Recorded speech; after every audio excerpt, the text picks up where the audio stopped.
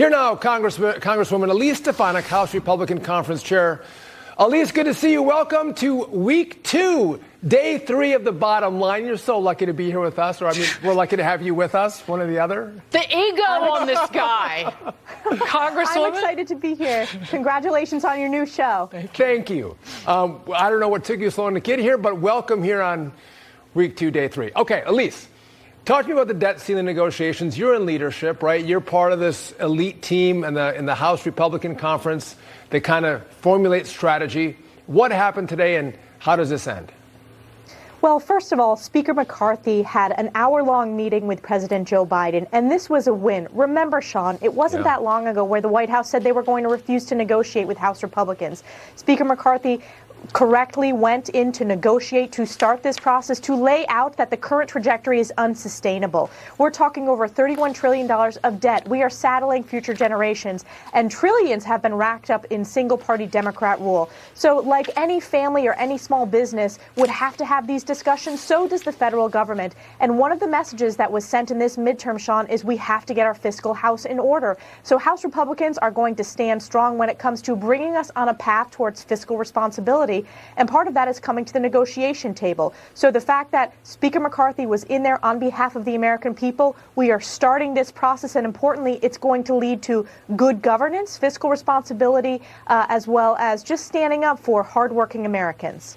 I held up this delicious Congresswoman statement that came out from President Biden after his meeting with Speaker McCarthy. And at the very bottom, it says, the president welcomes a separate discussion with congressional leaders about how to reduce the deficit and control the national debt.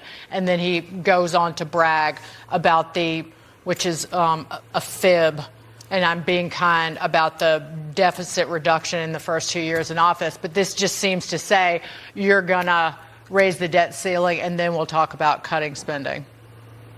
Well, it is a non-starter. Think about the American family, Dagan. If you're a parent and your child has access to a credit card and they go up to the limit, you have to owe that money as a parent, but you're not going to not have a tough conversation with your child. You're going to make sure that you have that conversation as a family, that you tighten your belts, and that you have fiscal responsibility. The American people, they deserve that as well. The American government has to have that conversation. So it is just tone deaf for this president, this White House, to think they're just going to stick their heads in the sand and that they're going to get a clean debt ceiling. That's not a non-starter.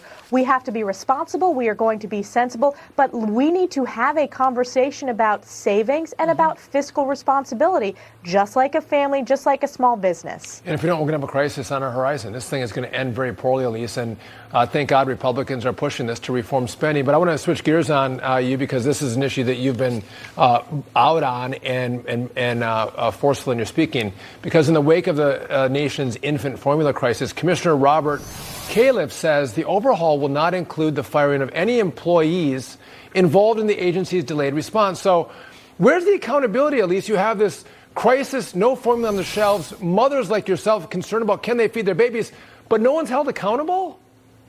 It's unacceptable, Sean. And I will tell you, it's 1 year ago this month that it was my letter regarding the baby formula shortage that started off this process towards fighting for accountability. And what has the Biden administration done? They've stuck their heads in the sand. We see this over and over again. And they also tried to pass the buck.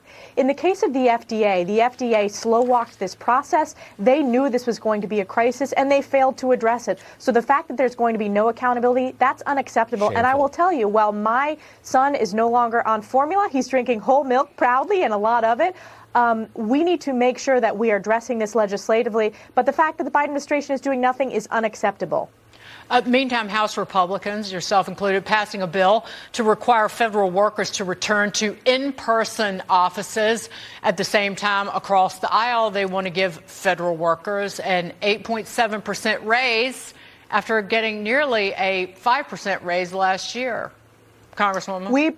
We proudly passed the Show Up Act, and it means exactly that. Federal workers are required to show up to work. I will tell you, running our congressional office in New York's 21st District, there have been backlogs in passports, in VA claims, in all of the responses from federal agencies. That is unacceptable. The American people are showing up to their jobs. So do the federal workforce. So that is what our bill did today on the floor. And the fact that Democrats want to oppose that concept is just nonsensical. And I will tell you, we deserve accountability.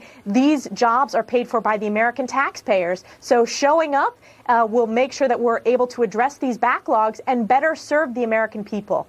And at least you're able to get Democrats in the House to come back to actually vote. You got rid of proxy voting. So Democrat members of Congress actually have to show up for work, too. So really well done, Elise. Thanks for joining us. We appreciate it. You're the best.